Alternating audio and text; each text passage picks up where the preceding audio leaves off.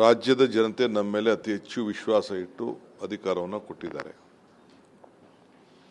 ಇದು ನಮಗೆ ಖುಷಿ ಪಡುವಂಥ ಬಜೆಟ್ ಅಲ್ಲ, ರಾಜ್ಯದ ಜನತೆ ಖುಷಿ ಪಡುವಂಥ ಒಂದು ಬಜೆಟ್.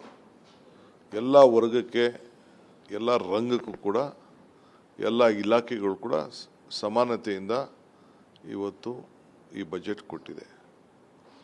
ಈಗ ಬೆಂಗಳೂರು ನಗರಕ್ಕೆ ಬಹುಶಃ ಹೆಚ್ಚು ಕಮ್ಮಿ 1,00,000 ಕೋಟಿ ರೂಪಾಯಿ ಅಷ್ಟು ವಿವಿಧ ರೀತಿಯಲ್ಲಿ ಇನ್ವೆಸ್ಟ್ಮೆಂಟ್ ಮಾಡಲಿಕ್ಕೆ, ಸಾಲಿಡ್ ವೇಸ್ಟ್ ಮ್ಯಾನೇಜ್ಮೆಂಟ್ ಇರ್ಬೋದು, ಟನಲ್ ಇರ್ಬೋದು, ಫೆರಿಫೆರಲ್ ರಿಂಗ್ ರೋಡ್ ಇರ್ಬೋದು, ಅದಕ್ಕೆಲ್ಲ ಗೌರ್ಮೆಂಟ್ ಗ್ಯಾರಂಟಿಗಳನ್ನ ಕೊಟ್ಟು ಸಾಲ ತೆಗೆದುಕೊಂಡು ಮಾಡಲಿಕ್ಕೆ ಹೆಚ್ಚು ಪ್ರೋತ್ಸಾಹ ಇವತ್ತು ಸಿಕ್ಕಿದೆ.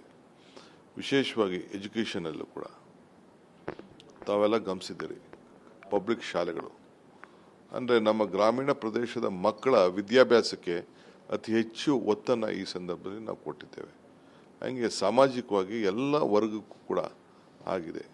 ಇರಿಗೇಷನಲ್ಲೂ ಕೂಡ ನಾವು ಬೇಕಾದಷ್ಟೆಲ್ಲ ನಾವು ಅನೆಕ್ಷನಲ್ಲಿ ತೋರಿಸಿಲ್ಲ ಅಷ್ಟೇ, ಎಲ್ಲ ಕ್ಷೇತ್ರದಲ್ಲೂ ಕೂಡ ಅವರು ನಮಗೆ ಅಪರ ಭದ್ರಾ ಯೋಜನೆಯಲ್ಲಿ ಹಣ ಕೊಡದೇ ಹೋದ್ರು ಕೂಡ ನಾವೇ ಅದಕ್ಕೆಲ್ಲ ನಾವು ಕೊಟ್ಟಿದ್ದೇವೆ. ಚಿತ್ರದುರ್ಗ ಜಿಲ್ಲೆ ಇರ್ಬೋದು, ಬೇರೆ ಬೇರೆ ಶಿವಮೊಗ್ಗ ಇರ್ಬೋದು, ಎಲ್ಲ ಕೂಡ ನಾವು ಮಾಡಿದ್ದೇವೆ. ತುಂಗಭದ್ರಾ ಅಷ್ಟೇ, ಅದು ಕೂಡ ಅನೇಕ ಕಾರ್ಯಕ್ರಮಗಳನ್ನು ಈಗ ರೂಪಿಸಿದ್ದೇವೆ.